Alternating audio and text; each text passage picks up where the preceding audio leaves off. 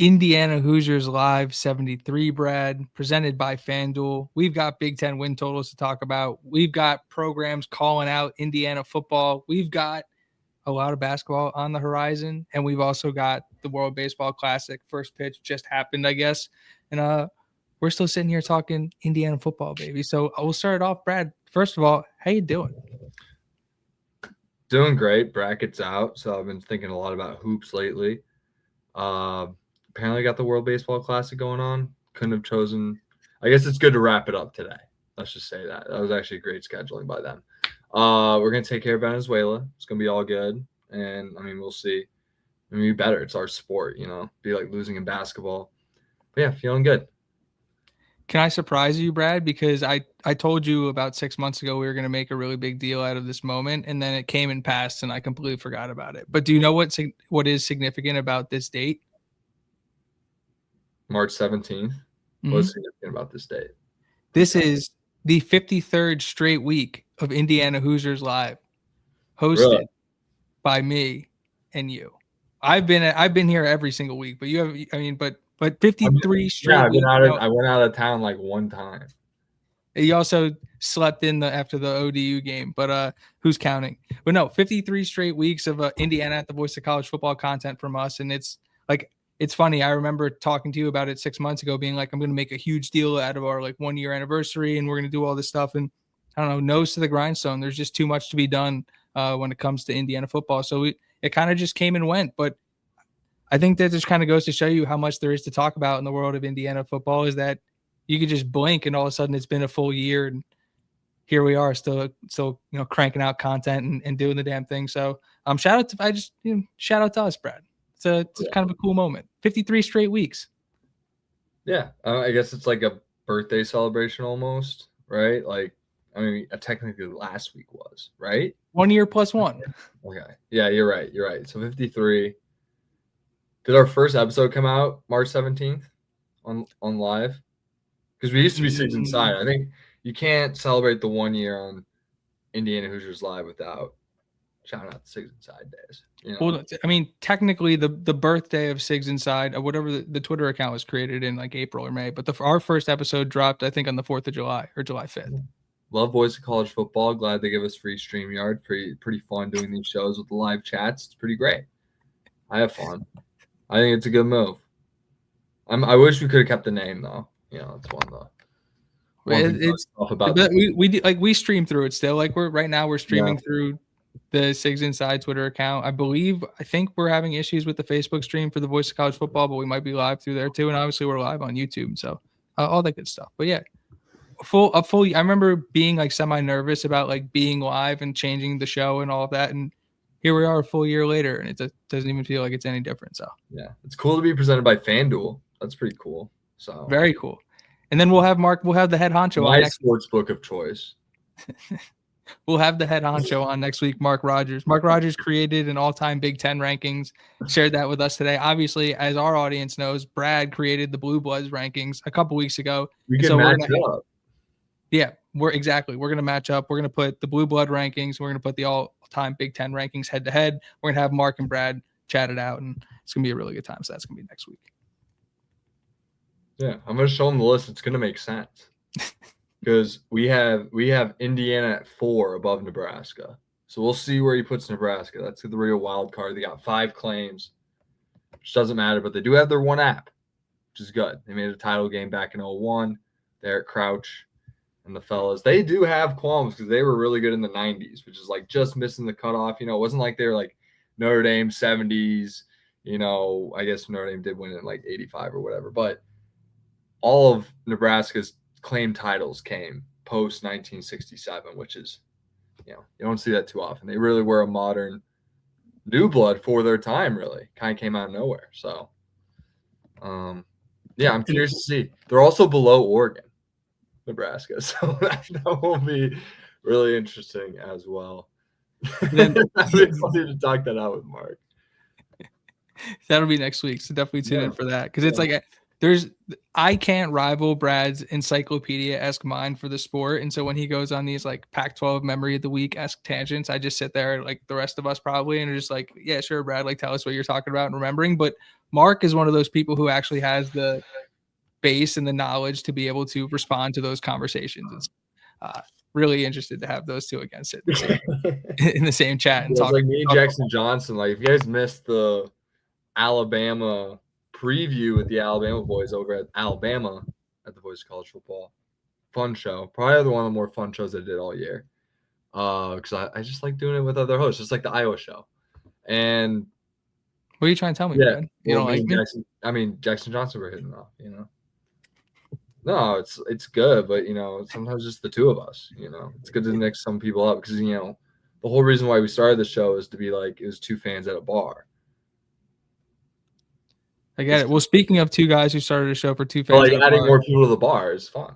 Yeah, I get it. And I want to shout out Kirkwood and Dunn podcast. I know we talked about me being on their 100th episode last week and that you could go vote for that. But the time we put out the clip that you could vote, it was already over. And to pat myself on the back, I won the fan vote. Shout out to the fans, everybody who voted on the polls across the different socials. And I am the official Kirkwood and Dunn episode 100 draft winner. So that's a badge of honor I'm going to wear for a while. And I appreciate everybody who went out and voted and who listened to the draft. And those guys are doing some really cool stuff over at Kirkwood and Dunn. So I'm always excited when they involve me and stuff. And that was really cool to, come away as the victor. But as somebody who was able to take the number one pick, I would have been disappointed in myself if I didn't.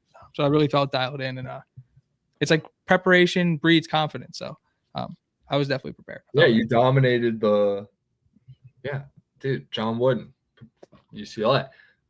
Failing to prepare is preparing to fail. So you showed up.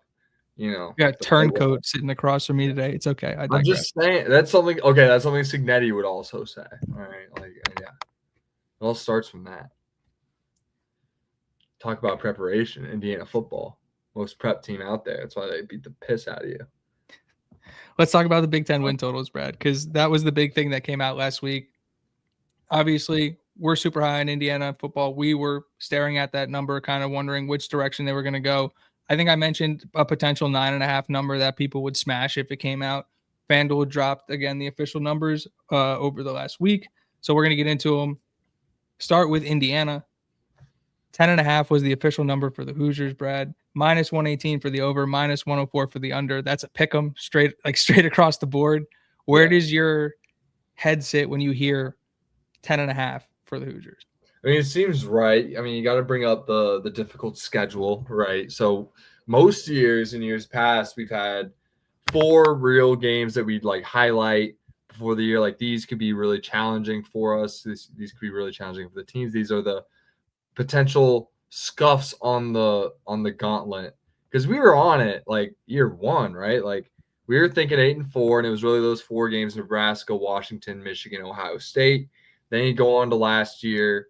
Going into the year, Illinois, Iowa, Oregon, and Ohio State on the schedule. Had some big ones to highlight as years gone on. It's progressed to the point now where we have 5 huge games going into this next year, with Nebraska, I would say, on the road. Like, I know maybe that's not the strongest one, but they're on the Blue Bloods list, right? They're in the Blue Blood top 25. You see a team like that in a given year, they can be back, right? But obviously they have their own doubts, right? And then you have Ohio State, Michigan on the road, and then USC at Washington, all really strong programs with financial incentives to bring their, history back, and on a given year should be really strong. Now that projects 2 losses if we go with the under, and yeah, I'd say Vegas is favoring Indiana as being a really good ball club that's going to be not going to miss a beat next year. That's what that tells me, is that Vegas is on Indiana. They like us. That's a strong number for that schedule. Do you have, if I put you on the spot for all of these, do you have a pick right now? We could evaluate later. I won't hold you to these. But over.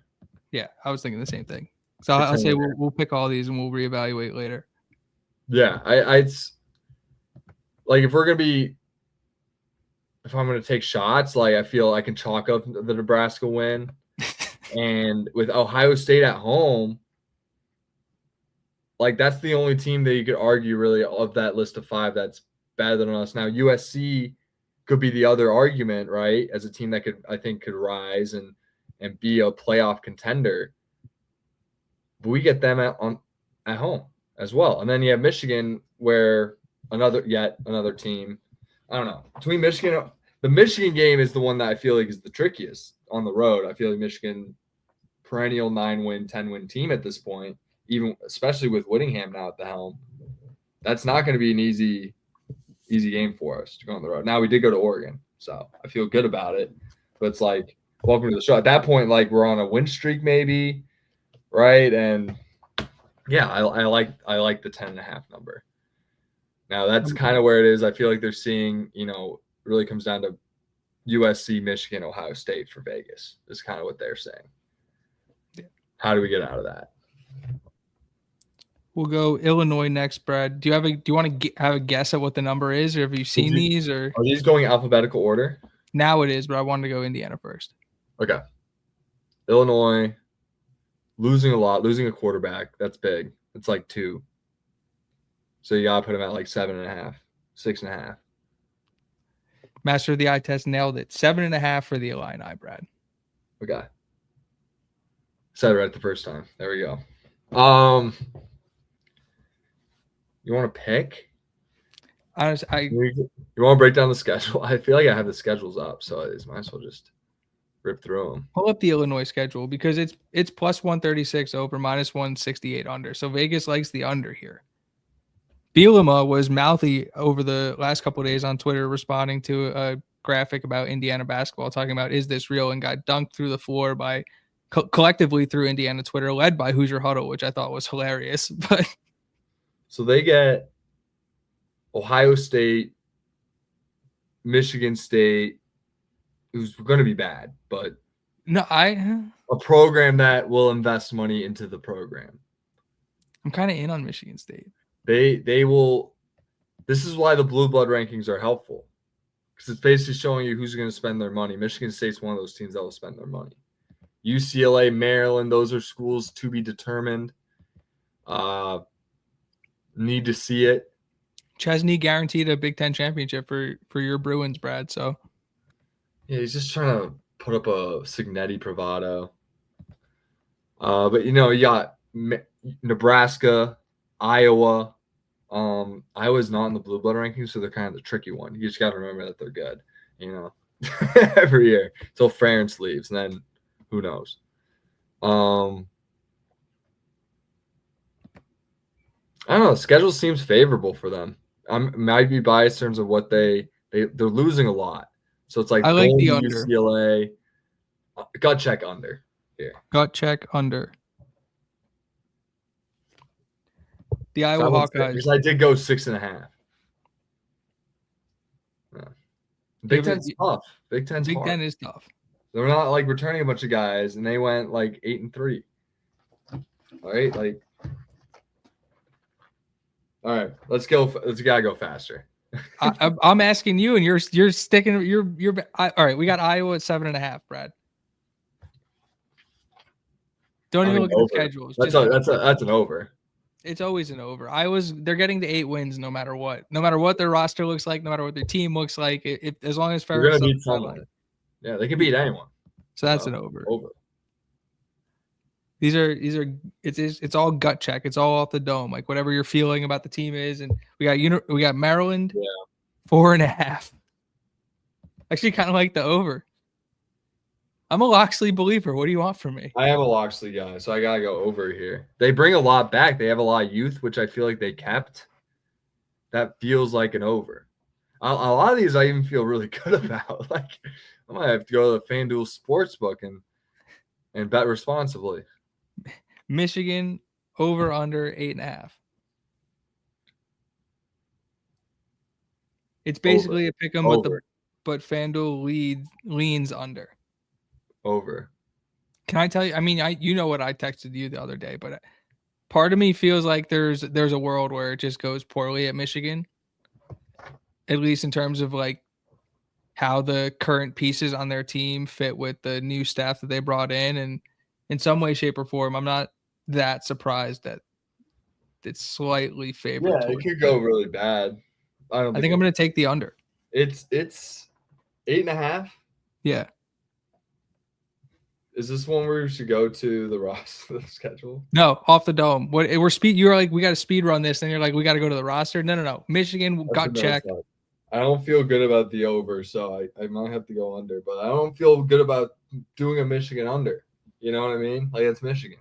I felt pretty good about it. I'm not gonna lie. Okay. Felt great. I don't feel good about it, but I'm going over. Okay. I'm like writing arrows for us, so like I can go back and reference this later. And I'm gonna be honest, Brad. Like putting the down arrow next to Michigan felt great. It did. Michigan State, Brad, 3.5. I'm taking the over. I don't know. Like, I'm a they Fitzgerald. Lose Childs, they lose Marsh. I read in something. He's got a lot of, I guess, fans in the media because there's a lot of positive Fitzgerald propaganda going around out there, or how like the leaders in that room are developing and all this stuff. Like you said, they're a school that's going to put resources into the football program. They're not just going to. I mean, I guess they're not exactly the gold standard when it comes to hiring the people with the best morals, we'll say, but you'd like to think that they did some ounce of research and didn't just hire Fitzgerald because he was some sort of decent football coach. Like they know that he was cleared for whatever was happening at Northwestern and all that good stuff. But it was never a big deal. That's he's a good football coach who won with a lot of Oh my God, they got Notre Dame. But he's got to win 4 games. And what's the non-con look like? Toledo, Eastern Michigan. Like they could lose to Toledo. They're not losing to Toledo. They could lose to Toledo. Candle con job. You're getting the Rockets' first game as head coach. That's not fun. It's not his first game in the Big Ten, though. He coached in Northwestern. His quarterback started the last 3 or 4 games for Michigan State. Like it's different kind of player, which might benefit him. Fuck, man. You got Wisconsin, Northwestern Illinois, Rutgers. There's a lot of opportunity there. Over. He's got to win. He's got to win all the non-cons, and then he's got to knock out Rutgers. Okay. Over. For 4 wins. Fine. I can't believe I had to sell you on that. That's nuts. Am I the crazy one? A school that will spend money. So, no, you're not. No. I'm just surprised. I'm just thinking like Michigan over. I'm doing a lot over. How many overs am I at? You are at 1, 2, 3, 4, 5. 5 out of 6. Yeah, it's not great. It's not good. It's okay. You have opportunity here to make up some ground with the Minnesota Golden Gophers. Are you rowing the boat with Coach Fleck, Brad, at 5.5? God, yeah, I'm a big PJ Fleck guy. Like, is PJ going bowling? Probably. Yeah, I couldn't tell you anyone on the roster, and yeah, I think PJ's going bowling. Honestly, they lose a quarterback. Well, Drake Lindsey's back. It's a crazy line. Drake Lindsey's back. They're going bowling. That guy goes bowling. Nebraska. 6.5. Under. It's an easy under. That's a 6-win team if I've ever seen one. It was funny. Mr. Ohio tweeted something about Indiana's schedule. They're like, Indiana might be able to go 9-3, and like highlighted Nebraska as like a potential loss. And I know you just had the whole like, we're playing at Nebraska and they have a good home field and all that stuff. We're the favorite going into that football game. Yeah, we will win that football game. Like, don't get it twisted. That is a game I highlight on the schedule. Circle it. We beat them by 49 last time. We beat them by 49 with Terry Jones. Like, yeah, we'll be fine. No diss to Terry Jones, but different level of player we got now. Northwestern in a new stadium with Chip Kelly roaming the sidelines as the offensive coordinator. 5.5 for the Wildcats. Under. They're just not doing it for me. They're not doing it for you? Yeah. 5.5. Basically, there's Northwestern going bowling. I'm gonna say No. no. Giles and Kelly's fun though. That'll be a fun 5-7 team. I'll tell you that. They'll battle. Yeah. The Ohio State Buckeyes, Brad. 9.5 is ridiculous. I'm sorry. Like, we don't even have to talk about this. We can just put the fucking arrow up and move on. Like, this is so stupid. Who? Ohio State. 9.5.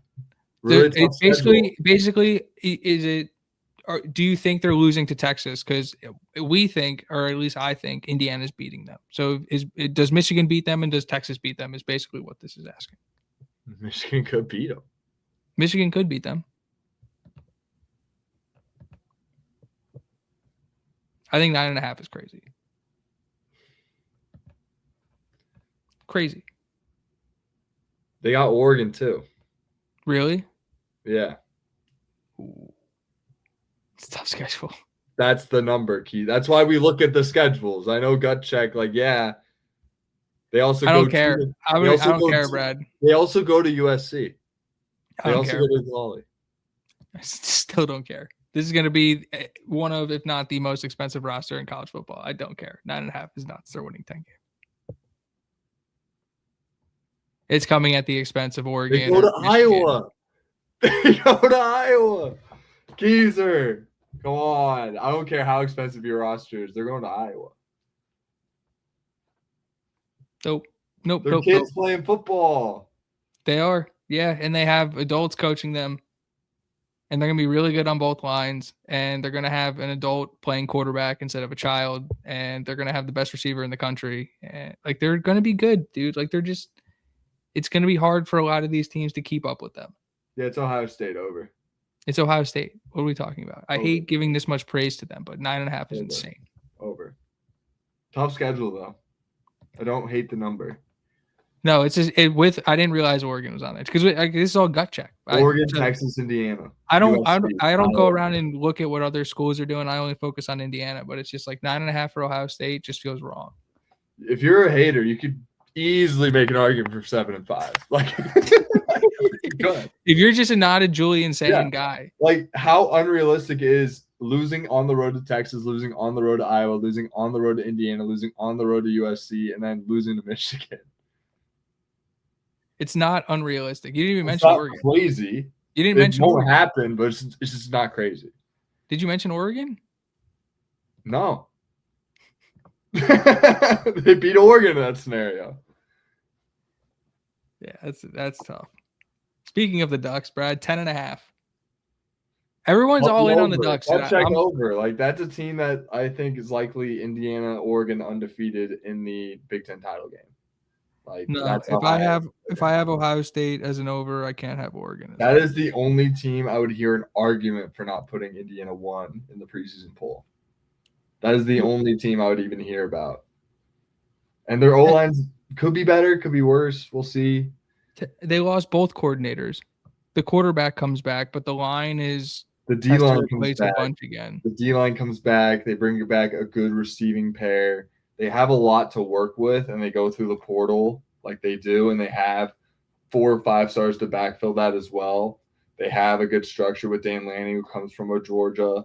That is what I would call, like, the one of 4 programs with the championship. Therefore, pretty plug and play for the most part.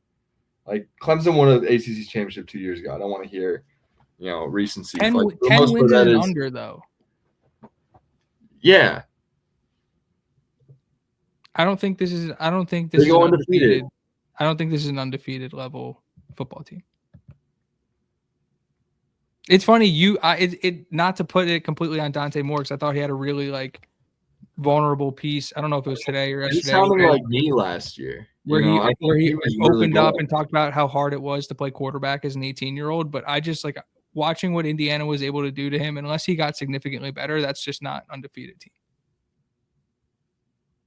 We see what he did to everyone else. Like, if that kid went to the draft, he'd be first round pick. He didn't do it to Iowa. At Iowa, neither really did. If we're gonna argue that, and he had some good tape and he really clutched up toward the end. But for the most part of that game, Iowa was clamping Mendoza. I don't know. I'm going to bat for I'll just put Dante it Moore right now. I'm just trying to tell it. Like I'm just trying. I'll put it this way. Like I know it sounds great, but like you didn't give up the number 2 pick in the draft to come back to school. Like you didn't give up $40 million. Okay, they got you just didn't. At USC, at Ohio State, like, Michigan. That's called that is like you don't give up that amount of money. Like that's so crazy. If he did, God bless him. But to me, that reads more like the feedback they were getting was not the number 2 pick in the draft. He still might go first round. Like you could argue he's better than Ty Simpson. Maybe not right now, but like in the long term. But I guess people want ready now in the NFL. It's kind of how it works. Like there's no like Ty Simpson's good. You don't have time to have potential in the NFL. You don't have time. It's not going to work. If you're going, I'm not a full blown Dante Moore hater. I'm just saying I don't think they're an undefeated football team. I think this kid takes a step up. I think he's going to have a really good year next year. I agree. He's probably going to be in the Heisman. I was high on him coming into UCLA. He just looked like a freshman. It was really frustrating. They had a bad O-line. Get him some support. You're able to keep him clean. He's spectacular. He's awesome. So that's going to be the key for them. I like the over. I like it. We disagree naturally. It's good stuff. Let's go to – I know we both don't disagree on this one. Penn State, 9.5. I like the over. What's their number? 9.5? Mm-hmm. That's spooky for year one, but it's really not year one. He brings in a lot of Iowa State guys. It's the best conference. There's a lot of coaches I like in this conference. This is probably one of the top to bottom, one of the best coaching conference. Probably easily the best coaching conference. Just so much solidness. I guess it's like how many teams can win 10 games realistically? Yeah. Okay. Am I way too early? So it's like, who's going to be that fourth team to kind of break through potentially to be that Big Ten representative? USC, Michigan are a lot of talks. I think Penn State's right in that conversation. You said it's 9.5. I do have them in my gut check. Easy schedule. Gut check way too early, top 25. I think it'd be awesome for them to go over James Franklin. I also think it'd be hilarious for James Franklin to go over that. I'm not a big Penn State fan by any means. I think that'd be great. That'd be funny. I think here's my hot take. One of Penn State or Virginia Tech make the college football playoff next year. I'm just not sure who. I like both their overs, to be honest. Yeah, I do. And yeah, I think I gotta go over here after that take. Just right now, gut check in March. Once I look more into once I get my Phil Steele for next year, like that could definitely change. We got the Purdue Boilermakers. This is the easiest under of all time. 3.5 is their number, Brad. Do you want to talk about it? No. Under. A lot of positive buzz out of West Lafayette. I figured out my underplays. There we go. They're coming. I told you the board comes to you. I will say he's good. Odom's good at working the media. Like a lot of the same buzz that they had going into last year, whereas like the team is looking up in a position group, but like it's a lot of the same stuff. So who knows what to think of that Purdue team, but 3.5 is an easy. They have too many overs, but yeah, gotta go with an under here. Purdue. Rutgers, 4.5. Under. I just in my heart can't go under that number for Shiano, so I'm going over. I know. It's really tough, but you just kind of personal thing. You kind of look at the roster turnover. I feel like they lost a lot of their best players to the portal. Difficult, and they lose Callie McManus. Like, who's going to play quarterback for them this year? I don't know. Greg's going out there himself. Can't do it. I'll take the over. Let's figure it out, but I got to go gut check under. The UCLA Bruins sitting here at 5.5. Gotta go under here. Like, I just don't see it. Really? You're not a Nico guy? 5.5. Nico is in your top 5 Big Ten quarterbacks. He is back. I think this is an over for me. Would not have liked this up at like 8.5, but sleeping giants. 5.5. This team isn't high on the blue blood rankings. They have one claim. They have nothing else to show for. They've made a title. They got close in 98. They were really close. And could have easily been on the blue blood ranking. Like, that would move them into the top 25 for having an appearance. It'd be crazy. But this team needs to invest. I believe they lost Jerry Neuheisel. Yeah, he's in Northwestern. Yeah. They it's just Chesney bringing in his guys and seeing how they do, and I think he's going to be good for the long term. But I think that's a tough number to hit. Would be 6 wins for this team. I think he's going to figure out a way to go bowling in the first year. I think there's too much talent between what he was able to bring from, and I am not the biggest Chesney guy, but I know you're shocked by my answer. I am. I'm a little stunned. I think the fact that he was able to win at Holy Cross and he was able to win at James Madison right after Signetti left, given obviously Sig recruited a great roster, but he also took 13 of his best players with him. I think he can go bowling. I do. I mean, they go to Cal. They get San Diego State, Nevada. The Cal game's tough. I might have a JKS Heisman future. Yeah, JKS is sick. If we can't get Alberto back from Georgia Tech, that's a guy we should talk to. This team goes to Oregon. They go to Michigan. USC. Lost. The schedule favors them in the Big Ten. Purdue, Maryland, Michigan State. I think that's where this number is coming from. I don't know if they're of quality. Yeah, they can easily slip up to San Diego State. Has Chesney ever played San Diego State? It's not an easy game. It's just not. Played Oregon. Yeah, he has played Oregon. At Oregon. Yeah. Yeah, we'll see how this team does. There's a lot to be excited about. I like the under gut check and Marsh. I like it. It's a good homer. The basketball team's going to the Elite Eight, so they'll be all right. It's a pendulum thing. Yeah. Let's go across town, Brad, to the Trojans. 8.5's their number. I like the under. I don't like the over. I like all the overs. There can only be one winner. Sometimes I forget that. I say it all the time. All right, let's go up to the Pacific. Pacific. We're just going more so off historical trends, but I like an over here, gut check. I know I'm taking way too many overs, but I think USC is a team that's getting close. Bring back Mayava, who's like you were saying, top 5 in my quarterback rankings going into last year. I think he showed a lot of promise. He's put up great numbers. He loses his 2 best receivers, but it's you're at USC, he'll be all right. They got to figure out defense. They made it higher this past year, and it can work out for them. Over. You love the over. Let's go to the Pacific Northwest. Washington, 7.5. Jedfish, another guy, very vocal this year about being left off some coaches' lists and things like that. I hate the vibes there. I dislike severely the fact that they locked the Damon Williams into his contract and basically forced him to stay there when he wanted to leave. I thought that whole thing was super weird. I don't like it. I'm taking the under. Did you know USC hired Gary Patterson as their DC? That's who it was. Yeah. Did you know that? I still like the under. Washington under.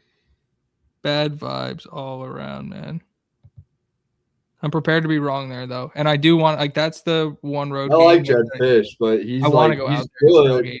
But I don't know if he's as good as the rest of these guys, like a Lincoln Riley or a Pat Fitzgerald or a he's good. He's definitely of Big Ten quality. But he might be a Mike Loxley, I get it. That's a place I do want to go though. That's the road game I have circled, and if I can get out there and Salgate, that's definitely the goal. And then the Wisconsin Badgers, Brad, 6.5's their number. They showed a lot of promise. They seem everything in me wants me to take the over, but I gotta take the under here.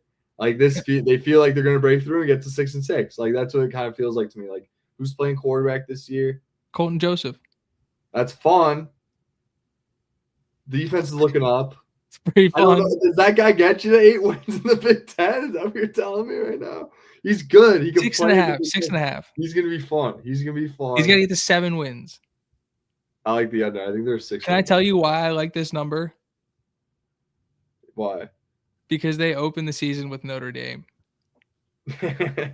And they were plus 800. Now they're plus 600. Oh my God, they could totally go in there And I took them at plus 800. Here's the thing: they could win that game and still go under. I'm a believer. That defense is so good against. I know they gave up 35 points in Memorial Stadium, but that defense was so good against. You know what I mean by they could beat Notre Dame and still go under on that total? Yeah, I do. Yeah, like that's what this team could be. Like they'll be, play up to the level of we could lose anyone. Go beat Notre Dame, lose to Northwestern type of. Yeah. Like that's my read on this team. Like Colton Joseph's very fun. Their defense was ascending toward the end of last year. Like good young players. They gave us some trouble. They stalled our offense. They got to be pretty good on that end of the ball. They were one of the best rushing defenses in the country last year. I was hoping at least one of those young linebackers was going to hop in the portal, and I think it's a very good sign that all those dudes stayed.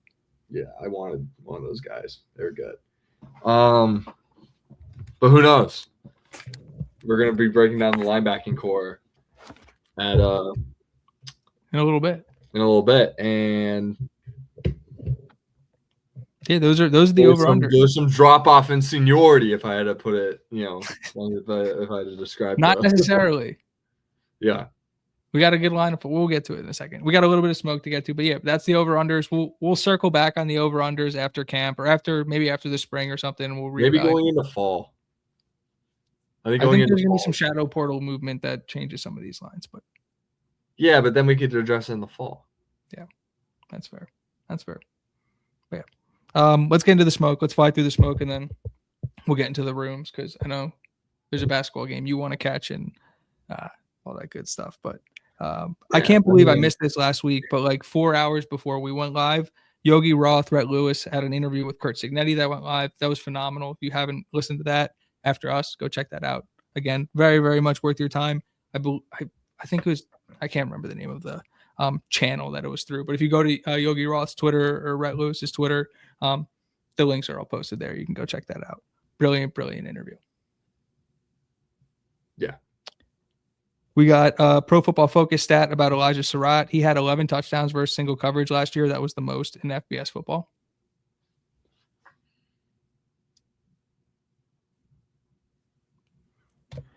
Tyreek Tucker celebrated a birthday. Shout out to Tyreek Tucker. Indiana's blue chip ratio went up, Brad. We talked about it a little bit last week. Do you want to elaborate on the tweet you sent out? Yeah, they have. Well, that's the elaboration. Like they have, like, what does that even mean? I don't know. Just means they have a lot of, it is kind of hyped up talent as opposed to, I think it's fun to track. It's proven that it doesn't matter, but historically it has. Besides that, Indiana would be a true outlier in the sense where they're the first team ever in the BCS era to win a national title with a blue chip ratio below 50%. They have it again this year. Can they do it again? And really dissuade that narrative? And also, like, can even another team do it? Right? Like that's another thing that needs to be said. Like this eye for talent and the way they fit guys into their scheme and the buy-in they get and the way they evaluate is a lot different than a lot of other schools. And they're able to get lower guys and they're able to get guys with the right stuff. And I love how vague he keeps that to where it's kind of, we got to, save our secret sauce and not let teams replicate it, because that's a problem. If teams are able to figure out like exactly how we evaluate, and that's why it's so good having the staff so close. And it's like, how gatekept is that evaluation process? Like who knows the ins and outs of this stuff? And so it's just fun to see, because we already saw Tino Sinceri leave. The only guys to really leave the staff that remain building blocks of it that would be of highly involved. I don't know how many. Have we tracked like the AD staff or anything, like not the AD staff, but the support roster staff? The roster management people, the GM. To my knowledge, I mean, there's been like I think you can count on one hand the amount of people who have interchanged through the support staff. Like it's pretty much the same faces throughout, because I try and keep up. Like we bring in some really impressive people. And we're adding to the staff constantly. And, some people even a lot of times it's like in the graphics department and things like that. But no, we're constantly, at least if we're not keeping the same people around, bringing in really talented people, which is exciting. But to your point, and you quote tweeted this college football with Sam tweet of something that you've been saying on our show for a couple of weeks or maybe even a year, years, is that Cignetti and the staff understand that there's that potential and physical ability are of greater supply than dedication, brains, work ethic, and maturity. And that's one of the things that has led to Indiana's ability to recruit. Yeah. And I'm not going to just sit there and like discredit. I think the blue chip helps if you like have that blue chip stamp of approval and you get the Cignetti stamp of approval. The blue chip ratio is for the fans. It's not for the coaches. Yeah. But I have a feeling that, with that, as that blue chip ratio gets higher, I feel like that benefits Indiana in terms of you can use that as a measuring stick that, hey, maybe they are a little talented, but it's like that discredits, kind of the Charlie Beckers of the world. A lot of fringe 3-stars on this squad to where you could make an argument maybe coming out of high school they should have been blue chip. They don't have many 2-star guys on this roster. They're all 3-star guys or above. Every single person on this roster. So they don't have any more of those.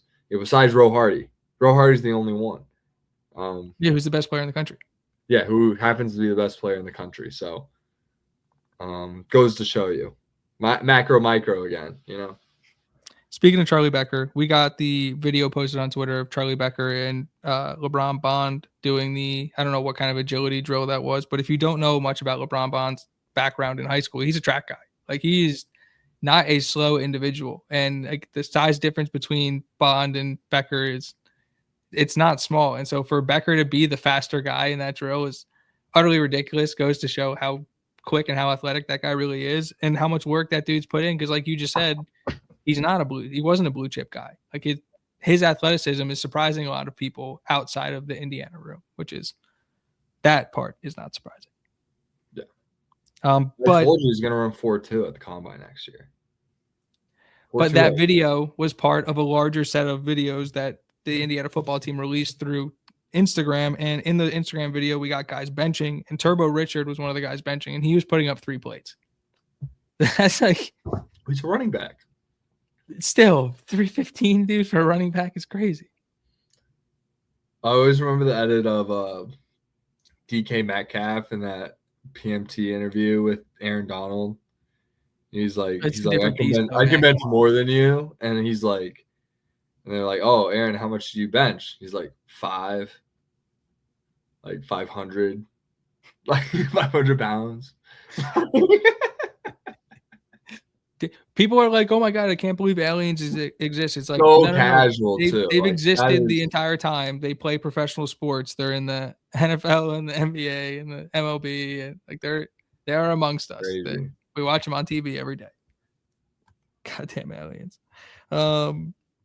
Shout out to incoming Indiana women's basketball commit Addison Nemchek, who is named New Jersey's Gatorade Player of the Year and won a state championship at Red Bank Catholic.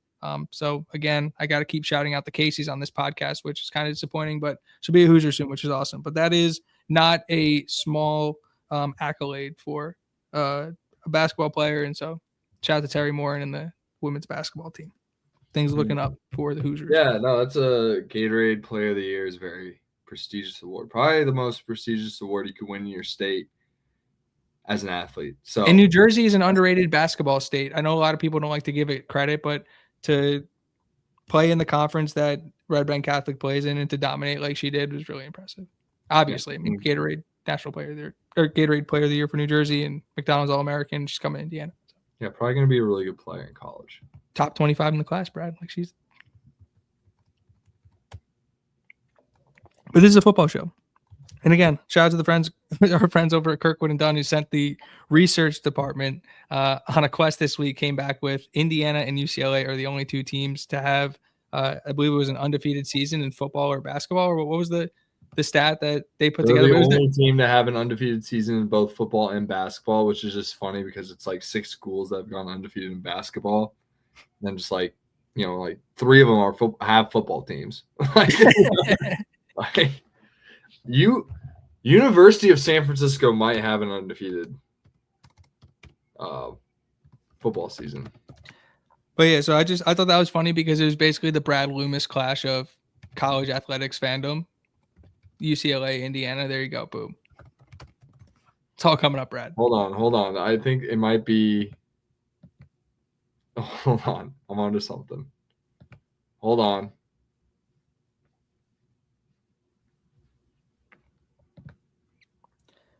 While Brad's holding on. Just hold on. We got Omar Cooper Jr. joined Rhett Lewis for the Big Red Carpet that dropped last week. Definitely go check out that interview with Coop. And then I think my favorite thing that happened in this past week, Brad, was Kurt Signetti spoke at one of the conferences. I think it was the Indiana High School Football Coaches Conference. Oh, my God. The graphics wrong, Keezer. The graphics wrong? There's another team that's finished undefeated in football and basketball. There's another school out there. San Francisco? The University of San Francisco Dons. 1951, 9-0. We're stat correcting Kirkwood and Dunn's research department? Yeah. I should have done this on the. You know what's funny is, so I went to Indiana. What's funny about these three schools is that I went to Indiana. My father went to UCLA. My mother went to the University of San Francisco. So look at you, undefeated across the board. Yeah, we're just winners. You know, just winners. We just go to winning schools. We win. That's insane. You should clip this for Kirkwood and Dunn, fellas. 3 for 3. The Loomis family tree reigns true in terms of alma maters. Oh, Brad, we got an awesome quote from Signetti this week. He said, "People say, how are you going to maintain this? We ain't going to maintain anything. We've got to get better." Yeah, he's a watchdog for complacency. Like we're building a house, guys. We're building a house, the 2026 house. Every year we build a house. Get it. It's that simple. Like he's a freaking genius. Like he's like I'm gonna write a book about him, and his just philosophy is just so simple, and you just gotta get. Like when I say like he's like of the Woodens and like Phil Jacksons and like the Coach K, like you read his book, it's gonna help you. I mean, New York Times bestseller. Your book. Yeah, hopefully. We gotta work on that, honestly. Network. We got, I say we, the Indiana football program got called out this week, Brad. In the most hilarious way possible.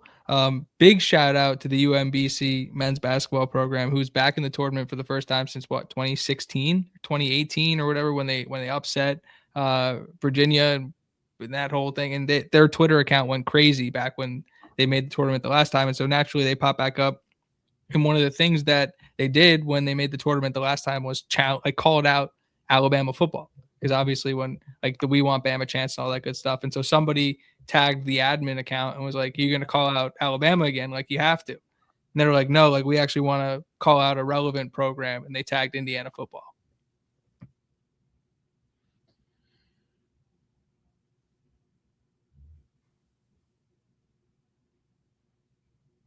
Nothing. Doesn't do anything for you. I'm sorry. I got distracted. I was checking the score of the game. Unbelievable. The Retrievers, I think they are. I was checking the Howard UMBC score. They're playing right now. Howard was up. I think Howard was up. Howard's up 4 with 13 seconds left in the second half. I was just checking the score. I don't think either of those teams can beat Michigan based on my eye test. You don't think they have a Yaxel stopper anywhere? Well, then they got to deal with the 7-3 guy. They don't have a Yaxel stopper and an Adai stopper and a Merez stopper. And if you double those guys, Merez Johnson's going to be wide open. And a Cadeau stopper. You're telling me they don't have 4 lockdown defenders on that team, Brad? Is that what you're telling me? NIL's changed these freaking monster-ass teams, man. It's crazy. These last 4 1 seeds collectively have been the best 1 seed collection of any 2 years ever. Hold the basketball. Anyways, we're here. Actually, this is a good place to segue this. We're gonna fill out a bracket tomorrow, and it's probably not gonna be live. It's more than likely gonna be pre-recorded and released on the YouTube channel that we'll tweet out, obviously. But don't think we're going to end up doing the bracket on the back end of this show. I think we're just going to fill it out tomorrow. We could fill it out. Huh? We could fill it out if we have time. Yeah, we gotta do the room. Doing it. That's what I'm saying. We're an hour in basically. We got to get to the room. So let's fly through the rest of this. The Maxwell Award Show was for some reason last week, which like it was very nice. The timing of it to be during championship week and all the different basketball games are going on, and then boom, you get to see Signetti and you get to see Fernando and honoring those guys and all that good stuff. So really good timing for those things, but just again super odd that it's now March 17th and we're talking about Fernando winning an award he won 2 months ago. I digress. Scott Dolson was named Athletic Director of the Year by the National Association of Collegiate Directors of Athletics, the NACDA. He is the first Indiana Athletics Director to win the award in its 27-year history. That is a massive deal. Shout out to Scott Dolson. I think the guy deserves a statue. I know there are a lot of people upset with the way that the latest basketball hires have gone. And again, this isn't a basketball podcast, and we're not going to talk about that. But a lot of people, I've seen the phrase be like, if it wasn't for Curt Signetti. And I just want to point out that what people are saying are, if it wasn't for the greatest single hire in athletics of all time, then it literally doesn't matter what comes after the but. And so like I understand the frustration with Indiana basketball, and obviously that falls under Scott Dolson, and that's something that they're going to work to get right. And I'm not speaking for the program, and like I'm not telling people not to be frustrated. That was the other thing where we'll get to it in a little bit. But people, like, it is perfectly natural to be frustrated about the current state of the team, but in terms of like what that means for Scott Dolson and his standing in the athletic department, like, yeah, the guy is one of the best, if not the best in the country at what he does, and this award proves it. I know exactly what you said, but I had to go check on Howard, and they fouled Howard. They fouled Howard up 2, so we just got to check on his free throws. But they should have it in wraps. But yeah, Scott Dolson hired Signetti. I think that deserves a lot of credit, and it's hard to just find a coach and have things just work magically like Signetti every time.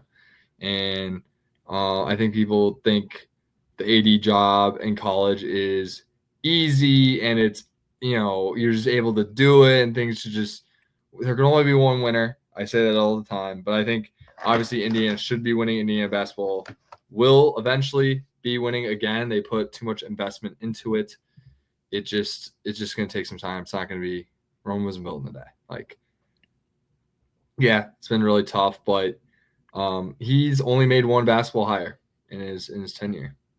Two, Mike Woodson. And Mike Woodson left it better than he found it. So, and Darren DeVries has been there 1 year.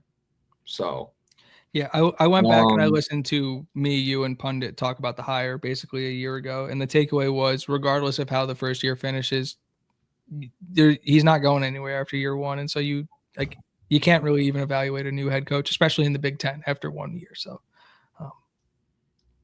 but let's talk football. We got official numbers for the Indiana football team. And the only real change that I noticed was Tyler Morris is now wearing 8. So if you were planning on getting a Tyler Morris number 9 jersey, he's now number 8. Yeah, change that. Also, I noticed another number. I think Chance Johnson, who's a really fascinating walk-on O-line prospect at 6'5", 300, redshirt freshman, would be the 15th O-lineman on this team. He changed his number to 65. So don't say I don't care about walk-ons. No shot. Wait, did I read that wrong? Absolutely. You know who wears 65 on the offensive line? 64. Yeah, it's Carter's. Yeah, I must have read that wrong. Must have been an error, Very, very possibly. We got Bison Drop Peach Bowl edition this week. The social drop is the Peach Bowl patch. You can bleep that, right? You can bleep what? That. in the re-edit. You can bleep that. Bison Drop, though, and shout out to Bison Drop, they reposted the D'Angelo Pons pick 6 from the Peach Bowl, and I just remember where I was standing during that play, and he picks the ball off and scores, and I started levitating. I don't even know what happened. Like, it was just a complete out of body experience. The place was so damn loud, and I just end up with my try 5 get 6 shirt, just holding it like this, in front of the crowd. Nobody's looking at me, but what an absolutely wild and insane moment. Did you know that before the ball was snapped, I said pick 6? How could I have known that? Witnesses. I have witnesses. I called it. I didn't even say it on the podcast, but I did. I want to give a shout out to Rodney White, Indiana Hoosier, who wait.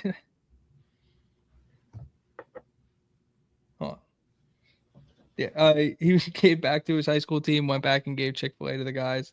Really cool moment. Obviously, I think those guys are on spring break, so spring practices starts next week.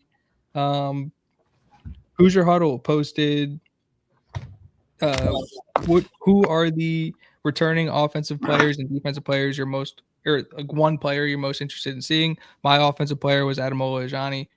I know, Brad, your defensive player was Elijah Hardy. Do you have an offensive player in mind? An offensive player, I'm pretty sure.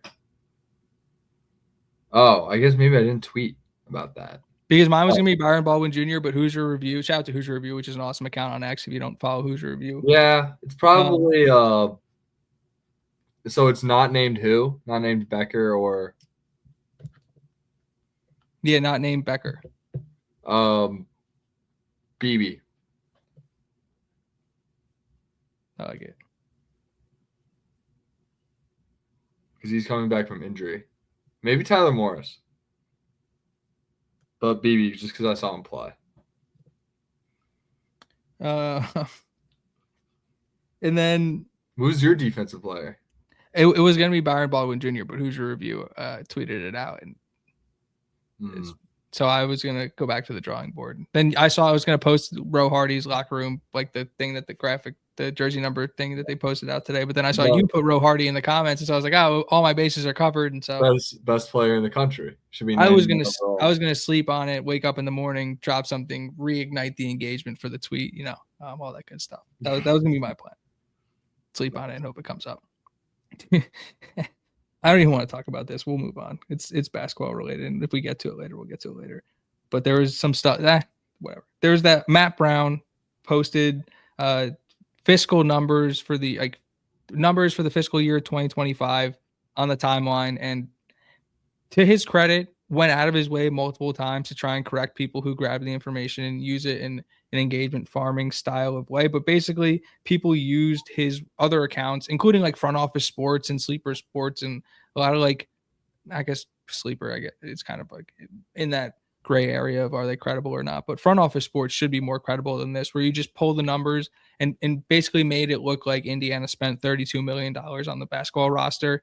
And that just wasn't the case. It was for the fiscal year 2025. Like, it was for Mike Woodson's buyout. It was for Darren DeVries' buyout. You're getting new staffs. Like, is it good to be spending that much money, that much more money than every other team in the country?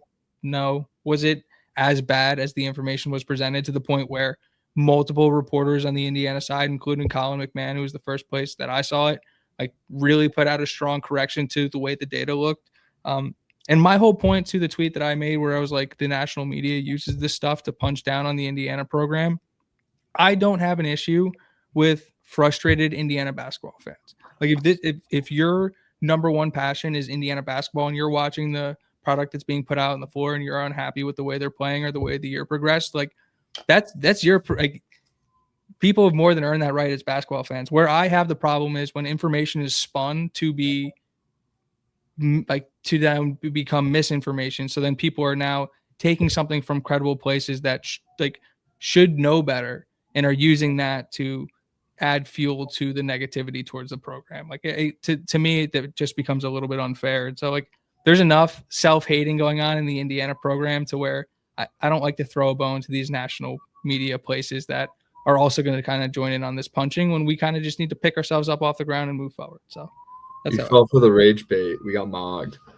It wasn't, but no, here's the thing: is the original post wasn't rage bait. The original post was that guy just FOIA's programs, like, that's his thing, and then he posts the information. Like, they're as much as I wanted to make it this, like, oh my god, and I put that in my tweet, is like, it was a disingenuous journalism, and I don't know, that was probably a little much, but to Matt Brown's credit, he went out of his way multiple times to tell multiple accounts that wasn't the way he intended to present the information. And to just go out there and to present information in the way that he presented it isn't a wrong thing to do. It's when people start to spin it for engagement and it starts to, like, stoke the negativity is where I feel like I want to say something. So that's all. Not major stoke. Yeah, I didn't like it because they included the buyout money. I feel like that was just. Well, it was disingenuous to the point where it made a lot of people think Indiana spent $32 million on this year's roster that missed the NCAA tournament, and that wasn't the case. Like, they were towards the top half of the country, or not the top half, like towards the top of the country. Like, they were spending 10 million plus on the roster. That's true, but they weren't spending 32 million on it. Yeah, I agree, and they'll continue to spend that much, though. That's the thing. Yeah, they'll spend. I'm worried. But this is a football show, and we're gonna break down the rooms. And there's a lot of really the tournament, as they usually are. So I'm okay. I'm fine. I know a lot of Hoosier fans out there aren't, but I feel like when you miss, I was about to take a fucking low shot. Oh my god. No. It's when different. When you miss 8 out of 10 years, I think. I look at it like this, Brad. All the fuss is about, to be honest. Like, to be quite honest with you. No, I feel like it's a little exhausted, and we just need to, like, I get it. Like, we want to put some pressure on them to get back, but it's like it'll happen or it won't. I don't know. Let me devil's advocate by saying that, like, there are teams that I've been passionate about my whole life, and like, I am a very passionate Hoosier, but I'm funny enough, this will be year 10 in the fan base technically, but there are just people who have grown up in the fan base their entire lives, who have had 20 plus years of loving Indiana basketball, that have a different level of connection with the program than I can really understand. And those are the people who are overly frustrated. And while, like, I get frustrated at the negativity, it's hard for me to look at somebody who understands what they're looking at and knows it doesn't look like what they want it to look like and tell them that they're wrong. I not to compare it to Red Sox fans, but there's a very similar problems where it's like, try telling some of the Red Sox fans that some of the decisions made in the last couple of years were the right things to do, when most people with a brain know they weren't. I'm not saying they were the right things. No, I'm not saying you are. I'm just saying, like, I don't understand the frustration, but at a certain level, I feel like I do. Yeah. None of it's good. None of it's good. We'll get back there. Let's see what the portal goes. What happens in the portal? It's a huge, like once that happens, huge like, 2 weeks. Then we can start getting upset again. Like, I thought that I find myself turning to time when times of Indiana basketball. I think we can make judgments on the portal this year. I think we've earned the right to do that, but I think it's a little just premature. Yeah, give me 45 days, and I think we've earned the right to be a little. If we want to be negative, let's direct it at things that are actually happening and not things that already happened. Yeah, I don't know. I think we're at that point where it's like, okay, we went through that first year. Okay, year 2, need to see it. Yeah. Saw some flashes, saw some good things, shared the ball, played hard on defense. Let's get some guys. Let's get some dudes. Go on. That's where I'm at. Like, I'm technically, I mean, if we want it, I get the frustration. I understand it. I want Indiana over UCLA in the title every year. We need to move on because I don't want to have the basketball conversation. Not yet. Let's talk about the rooms. Let's talk about the linebackers. All right. How did I do this last time? All right, let's start from the back. We got 9 scholarship guys in this room. Very strong room. This is a room losing Aiden Fisher and no one else, which is really nice. But I think brings a lot of benefits to the team. So if you don't remember, played a lot of 3 linebacker sets. So there were 2 other linebackers getting a lot of playing time alongside Fisher, as well as a lot of injuries to that room as well, to allow guys like Utzinger and Caden Fisher to get a lot of playing time. All 4 of those guys are back. So that brings a really strong core. And on the back end, they bring in 5 scholarship guys from the past 2 classes in Amari Kamara, brother of Mikhail Kamara, listed at 5'11", 212. Doesn't seem quite ready to play weight-wise and size-wise as a redshirt freshman coming into his second year. And PJ Nelson, who comes in at 6'1", 219, who seems like we can make a push for some special teams roles this upcoming year now that you're a redshirt freshman. Same with Kamara. We'll see what the weight room has to say about that. And bringing in a very strong true freshman class with 2 blue chips, with Williams and Olinger, and then Jacob Savage, the Kentucky Player of the Year. not a blue chip, but comes in the most size ready, 6'1", 230, and he seems like he can contribute right away. And then you got to consider Olinger and Jaden Williams are considered very talented players, both out of Ohio, blue chip guys.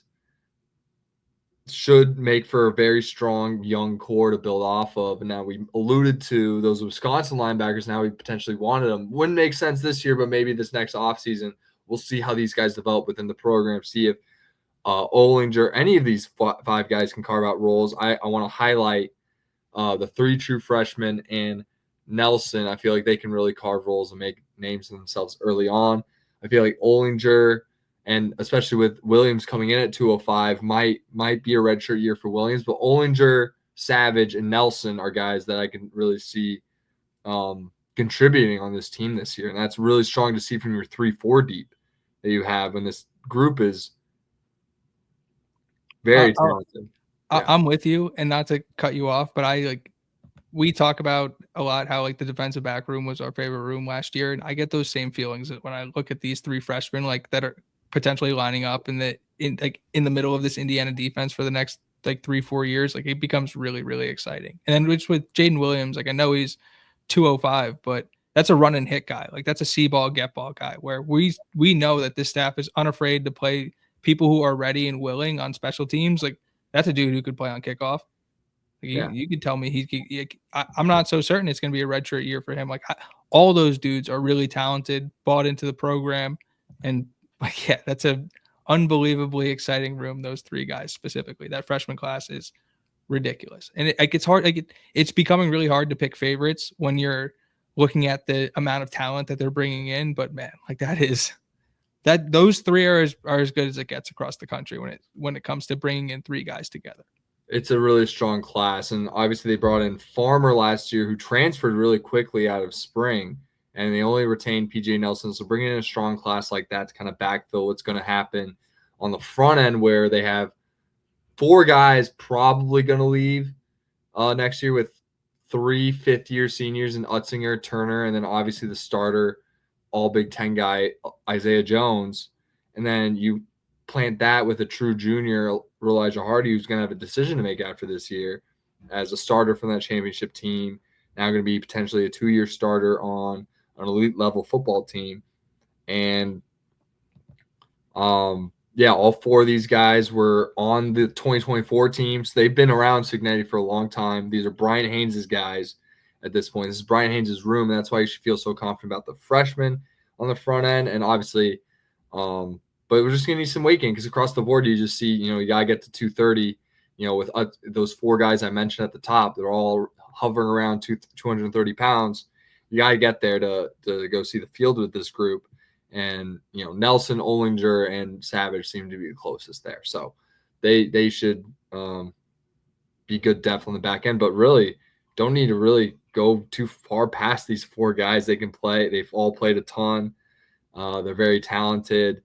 Turner and Jones and Utzinger were Tom Allen guys, and Tom Allen recruited really good linebackers consistently. When you think Cam Jones and Micah McFadden that went to the NFL, really strong group. And then obviously Elijah Hardy, the crown jewel of this group. I think he's going to be one of the best players in the country. I think he's got All-American written all over him. Same with Jones. We started at 1, and then you get to that 2. It is just top to bottom, almost a flawless room. Going to have some questions to be answered going into the next offseason, but going into this year, flawless room. It is one of the best depth-wise in the country, and you got the production on the front end to back it up as one of the best linebacker rooms in the country. With Jones and Hardy, all conference guys returning, it's hard to, when teams do their all Big Ten teams going into next year, the preseason all Big Ten, like how do you leave those 2 guys off? It's going to be really hard to argue that, especially with guys like Sonny Styles and Arvell Reese out the league. And Betcher's gone too. So it's going to be really hard to find better returning. And Fisher's gone. Yeah, exactly. So it really opens the floor for those guys. I hear Jones is going to be wearing the green sticker in this group, and then it's going to allow Hardy to kind of fly around and make plays and not think as much and just kind of do him, which I think works out for the better in terms of how they're doing it. I think Hardy's the better linebacker, but I like Jones with the green sticker. I'm workshopping because Hardy obviously changed his number to 5. I'm workshopping from try 5 get 6 to try 5 get hit. Ooh, that's good. That's There's good. something there. There's something there. There is. That's why we shouldn't retire numbers. Like Alabama. We're gonna have so many good number 5s over the years. It's a legacy thing. The legacy of number 5 goes from D'Angelo Pons to Elijah Hardy. Yeah, it's fantastic. It doesn't get any better than We're gonna retire that number. Like which one? Like no, it's gonna get handed down to the next super stud. Yeah, no, seriously. But yeah, super strong room. Legendary group. They're gonna be strong, and Brian Haynes shouldn't have any doubts there in terms of that room. Being supplanted with talent. But like you said, this is we're in spring, so we're not going to talk about how there's, they're still going to have a group of underclassmen coming in next year, returning. So they'll just have to address that. And hopefully Roe Hardy just comes back. That would make things a lot easier for this group in the long haul. Well, it's funny to hear you say that you think he's going to have a decision to make, because I feel like I was the one trying to convince you that he's like the modern NFL linebacker, and that you were saying that he might be a little bit undersized. And so in my mind, I thought you'd have him as a lock to be a 4-year guy. Yeah, he exceeded my expectations he really does look like Miles Jack. He doesn't have the height. That's going to really knock him. But, yeah, I don't think makes him an excellent college player. Tell you that. I'm not the scouts out there making the grades. They're going to knock him for that 5'11" mark. They just are. Which is so ridiculous when you watch. Which is going to benefit us. So I don't really care. Honestly, it's for the better. It's selfishly, it's great for Indiana football that Elijah Hardy's 5'11". I'm going to give the master of the eye test, you, Brad, the option to do this. Do you want to break up the defensive back room as corners and safeties, or do you want to talk about them as defensive backs? Yeah, I think it makes sense, because I think there is a clear distinction on who's where this year. Whereas maybe as Jaja Boyd was we didn't know exactly where he'd be playing. Where it turns out he was safety, because they go 3 safeties, this group. So the cornerback room's a lot smaller. They got 7 scholarship guys. What do you think I'm going to say here? Really strong room. Bringing in 3 returning starters, including AJ Harris, the blue chip, former 4-star recruit at Penn State, filling in that D'Angelo Pons spot. I mentioned 3 as in Jamari Sharp and Ryland Gandy, guys that started last year. They started the Iowa game, a game that we won and dominated defensively. Any 3 of those guys can step in and push for roles. They are all seniors. Great to have. Jamari Sharp is the only one from the 2024 team in this group, though, by the way.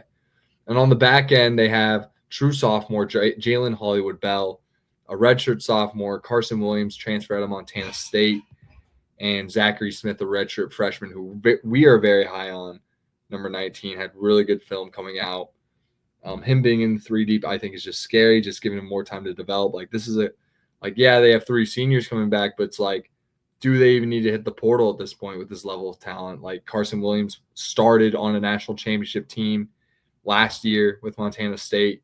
He's coming in at the 3 deep in this group with Jalen Hollywood-Bell. I feel like contributing last year supplants him early for me in the depth chart, in terms of he has a head start in this program. And then behind all that, they have on the 4 deep line, the 7th guy, Kashmir Hicks, who's probably going to have to redshirt because they have all that talent in front of them.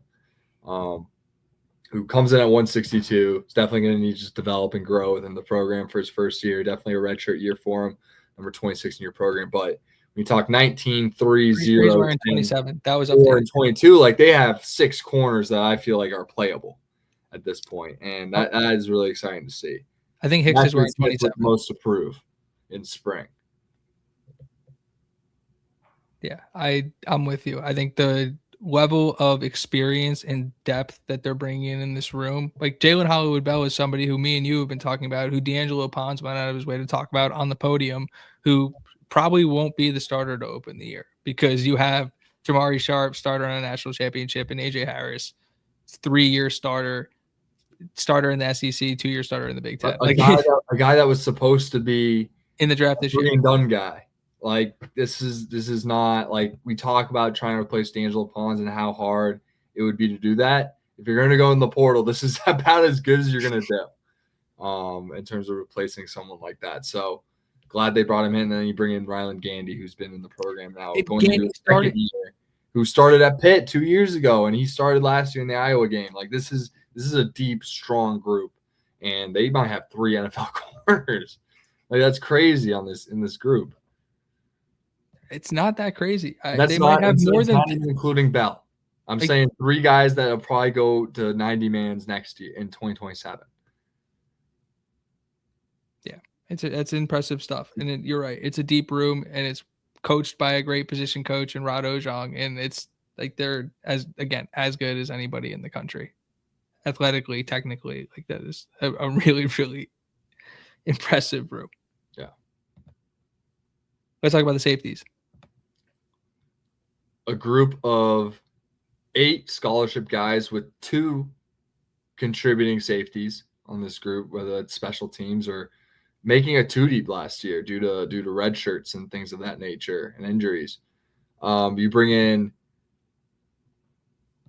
as a true freshman, Jamar Owens with all this depth in front of him, probably likely going to be a redshirt year for him. Number 16 in your program. And then DeMonte Timms, who I'm really high on, comes in at 205, which is that weight mark that you look for contributing safety at Indiana University. He's number 25, true freshman on that 3D line with the other walk-ons, Anthony Chung and Clay Connor. Clay Connor, who's a special teams ace on this team, and Anthony Chung, who saw 2 deep reps due to the red shirt of Ciante Stewart last year.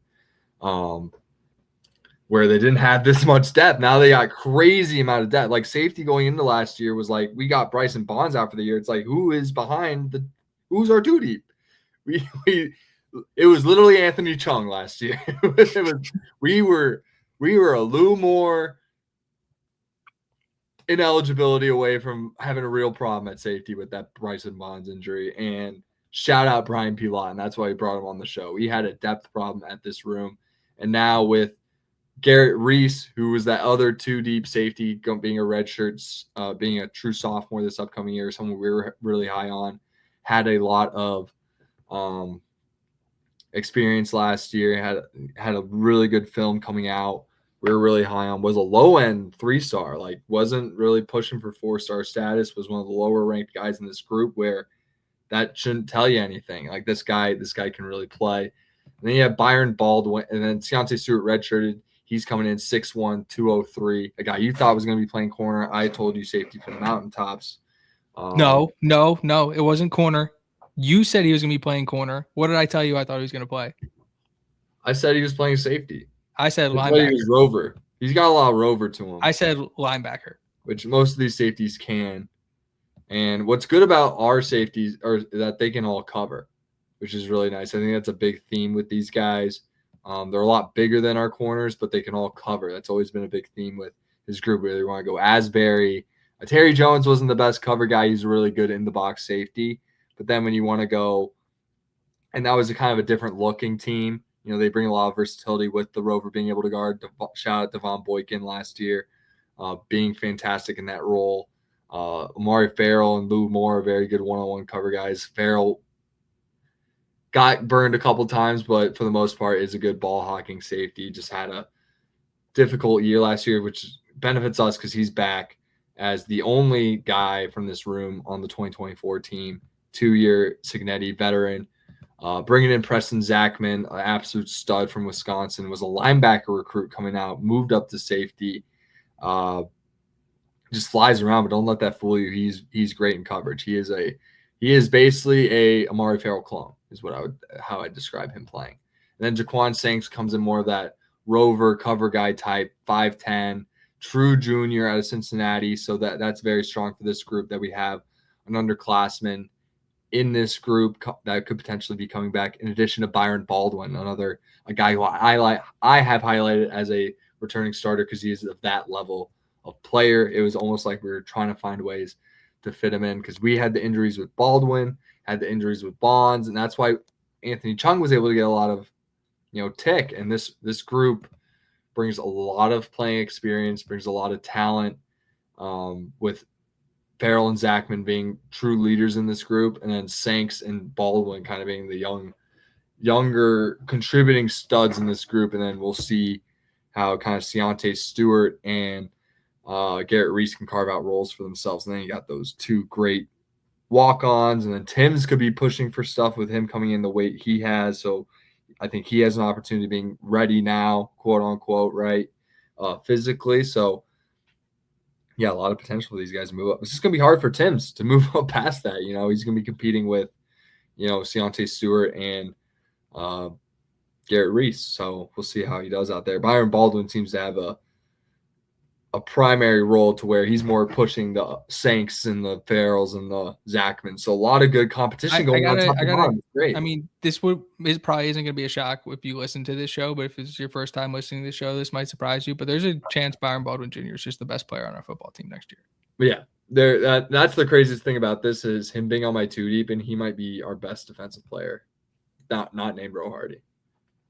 That's a kid that you want to talk about stuff and whatever Signetti wants to define that as, like it's Byron Baldwin Jr. Like that's he's the example of blue chip guys that are gonna contribute early on this team because they got the right stuff, and they got a lot more of those guys. He was starting last year. Yeah, he's the only blue chip guy from that first Signetti. He's the first Signetti blue chip.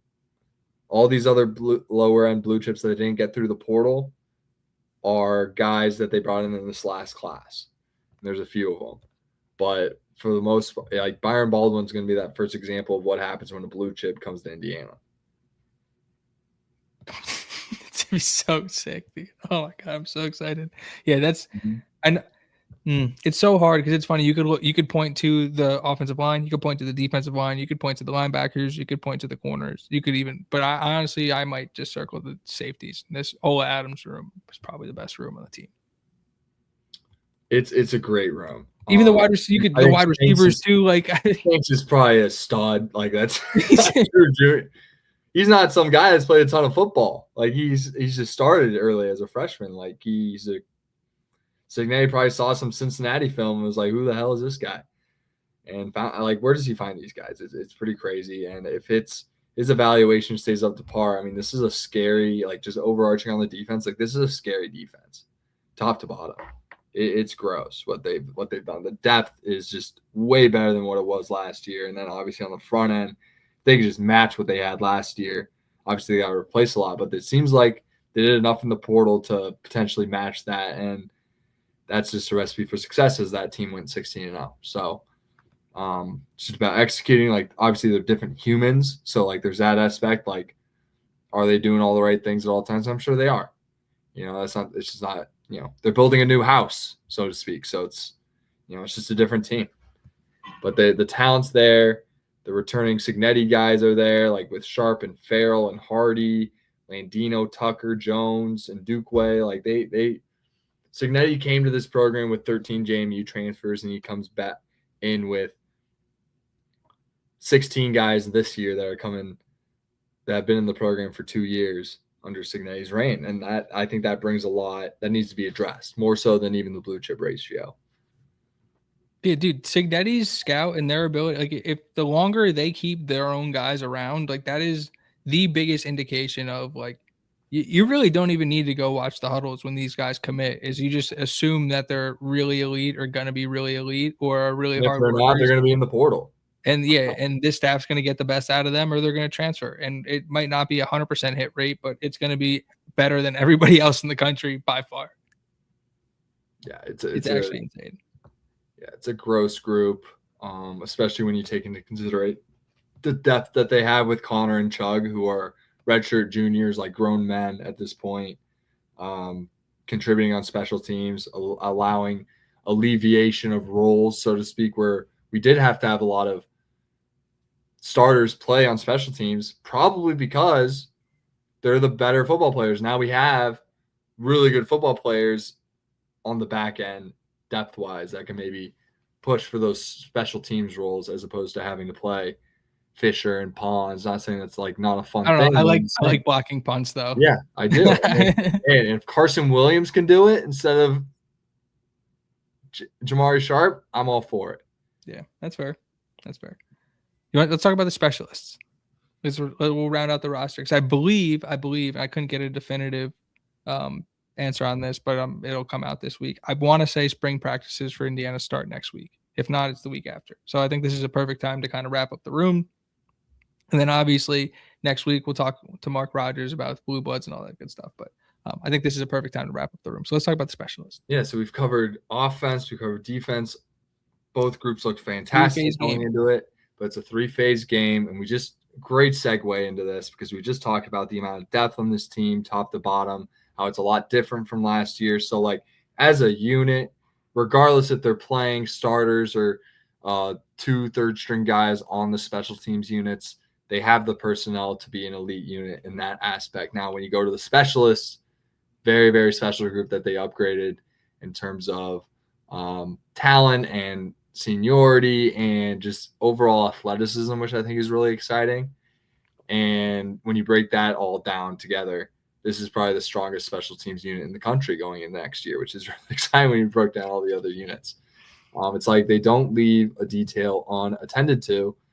And let's just start with the long snappers. They bring in Drew Clausen, listed at 6'6", 267 pounds. Like, that's just size-wise, that's an upgrade from Mark Langston. No, just shout out Mark Langston. That's my guy.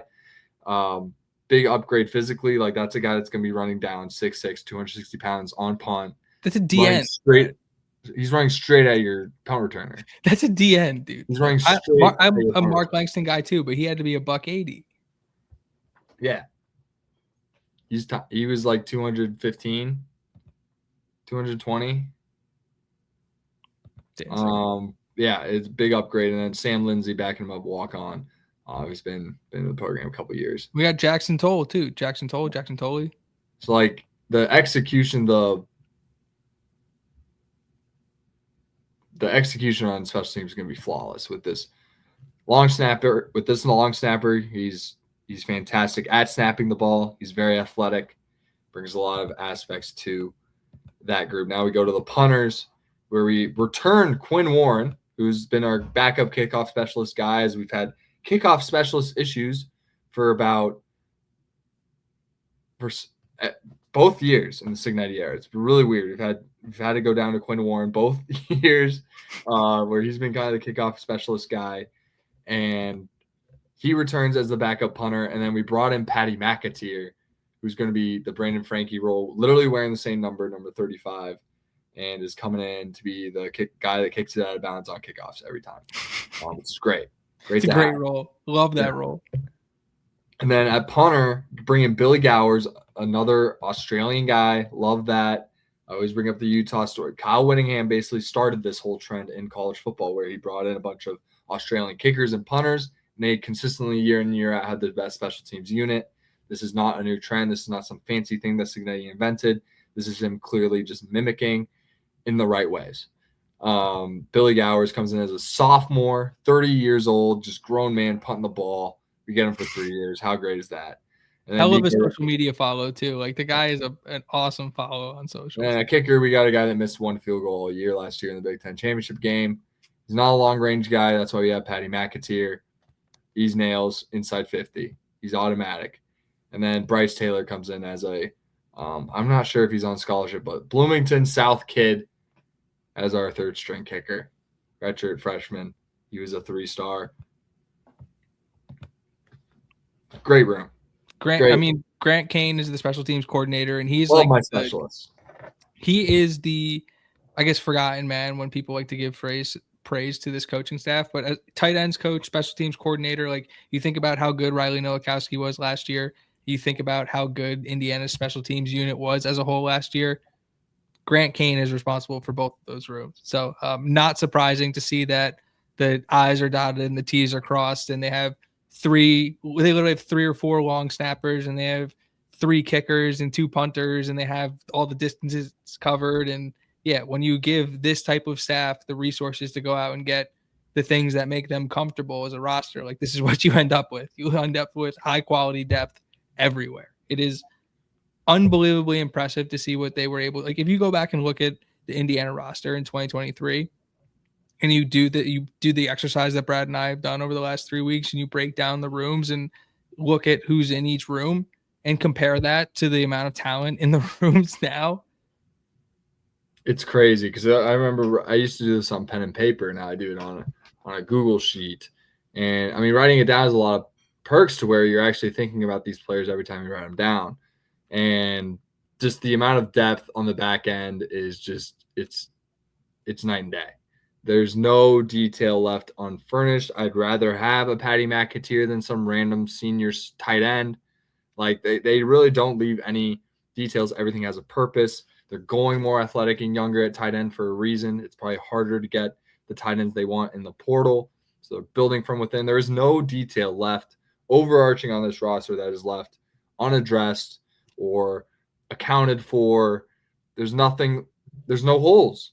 Zero. I'm truly trying to find one and I can't. You can maybe point to the youth at tight end. But are they even like they just not play a lot of tight ends? Like that's your issue. You're doing all right. Yeah, it's you're picking nits at that point. And everybody, as funny as like if we want to again quote unquote point to the tight end room and be like this might be an issue, like people were saying the same thing last year is Holden Staes had no production and Riley Nowakowski is a fullback. Like how the hell are they going to get any production out of the tight end room? And if you told any Hoosier you were taking Riley Nowakowski off this football team in week 6, they would have fought you. Seriously, and the fact of the matter is the tight end room has the highest blue chip ratio of any room at 33%.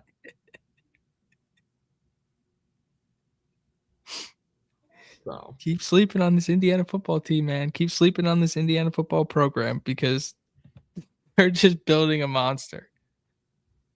They're a buzzsaw, man, and we can talk schedule all we want, but it's like we're the talking point when you get all these schedule breakdowns and all the Big Ten this offseason. Everyone's going to be talking about us, how we can beat them, try to poke holes. And the more and more you look into this team, the more and more you're going to come to find out that they're beyond loaded. They were loaded last year. They're beyond loaded this year. And it's just about building the new house, getting things done, doing things the right way, building the culture, building camaraderie, becoming a team, and getting it done. And can they do that? That's the question. That's why we're here at Voice of College Football. Can Cignetti build a football team and coach them well? I don't know. We'll find out in year 3. Oh, man. If we didn't have anything else to prove, it's just about winning the football game, the national championship that matters, like winning all the playoff games. Like, I wish I need somebody. Can we win 3 in a row in January? Can we? I need somebody to start their narrative that like Cignetti can't win the national championship without the Jamie or somebody. I need somebody to just say something stupid, please. Like just how they go. January, February, Izzo. Yeah. Cignetti, February, March, April, May.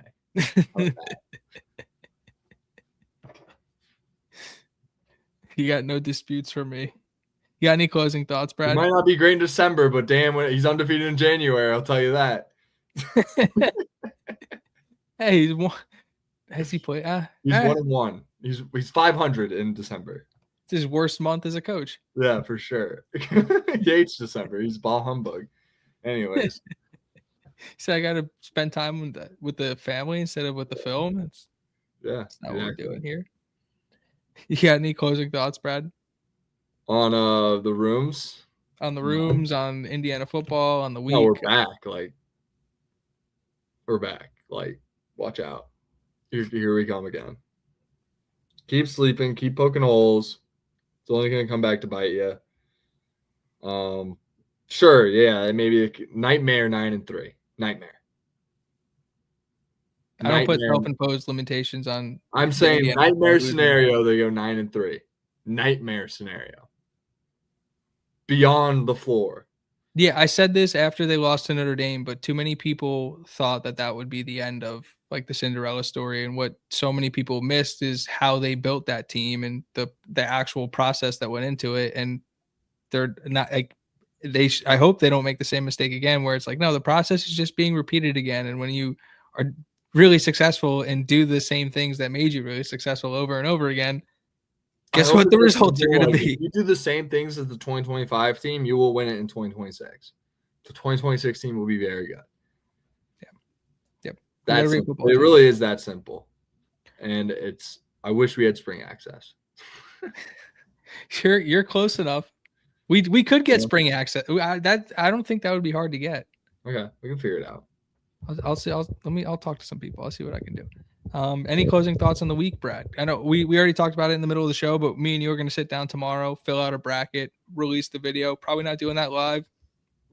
Probably doing that in its own video and then putting it out on the channel. So we'll tweet that out.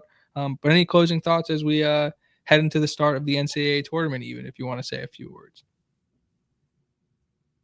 Yeah, it's going to be an exciting tournament. I think as you fill out your bracket, just coming from just master of the eye test PSA, just remember, the NIL and the portal era has really changed college basketball over the last 4 years.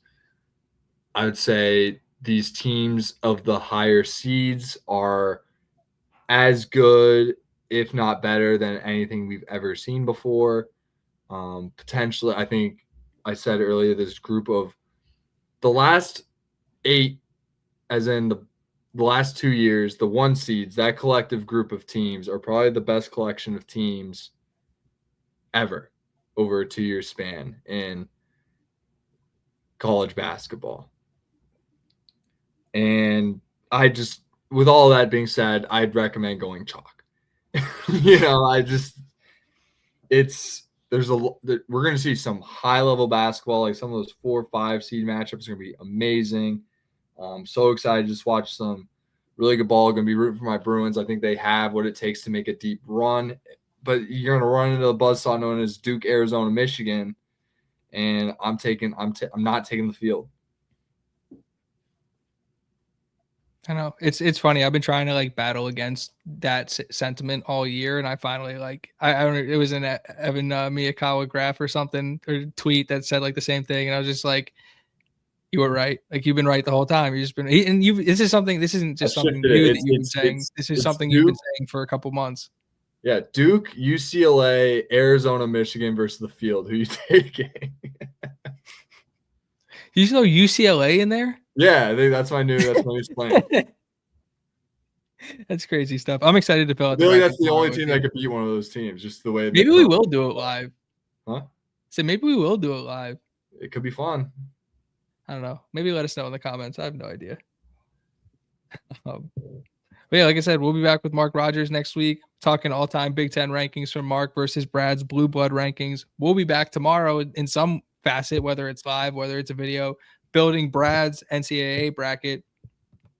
We'll have the Indiana basketball conversation at some point this offseason. I would like to have Pundit back on to talk about it because it's funny enough if you do go back and listen to our basketball conversations. I know a lot of people like to be like, this is the football show. And I honestly don't really love talking Indiana basketball. I prefer to keep it focused on football. But in 49 other states, it's just basketball. But this is Indiana. So, but it's funny if you go back and listen to the overwhelming theme of what we were saying 1 year ago for the hire was it's hard to evaluate anybody after 1 year. And regardless of how it goes, unless it's a super disaster, he's not getting fired after 1 year. And so regardless of the fan base pressure, regardless of the frustrations, he's coming back for year 2. And so the portal is going to tell us a lot. And like Brad has been joking on this show for a couple months, if you're not cheating, you're not trying. And so if they're not having some early conversations, figuring out where they stand with some people, to be honest, I'd be a little surprised. But I don't know. We'll see. I hope so. You know who invented cheating? Tell the people, Brad, because you Ron Wooden, baby. Go Hoosiers. No, but no, I think it is frustrating because you can tell how much the fan base loves basketball and how passionate the fan base is, and so to not be a part of what is a celebration of the sport this time of year is it is tough. I turned off the selection show after the bracket was announced, and I full blown knew we weren't going to get in. It's not like I was sitting there holding out hope, but it was just I don't want to listen to them talk about these teams right now when I'm just frustrated that my team's not in it. So it's a really, really consequential next couple of weeks for Indiana basketball, and I hope they attack it with the same veracity that the fan base would.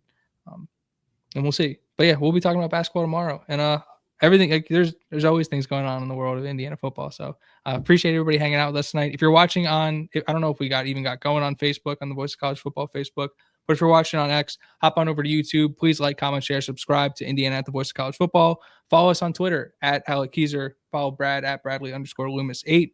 Follow Sigs Inside. follow the Indiana Voice of College Football account. Check out what the main channel is doing over at the Voice of College Football. Things are going crazy all the time. And yeah, like I said, we'll be back next week. We've got Mark Rogers coming on the show, the head honcho, Blue Bloods versus all-time Big Ten rankings, and all the Indiana football news as it comes. So appreciate everybody for hanging out this week. And, we'll see you guys next week. And hopefully the U.S. can. We got World Baseball Classic going on right now, and the U.S. is in a hole going into the bottom of the sixth. So hopefully the fellas can string some at bats together and get something going. That Venezuela team is good, and they're playing for a lot. It's like, I don't know. I see the argument of both sides where some people are like, this tournament doesn't mean much, and then other people are like, this means the world. Like, look at the stands, and it's I don't know. Should be a really fun. It's one game, right? Like, it's baseball, and they're going to terminating it over one game, but it's fun. That's baseball. It's a good shot for Venezuela. That's baseball. Yeah, that's baseball. Appreciate everybody for hanging out. We'll see you guys next week. I love that argument. That's so great. Go Hoosiers. That's baseball.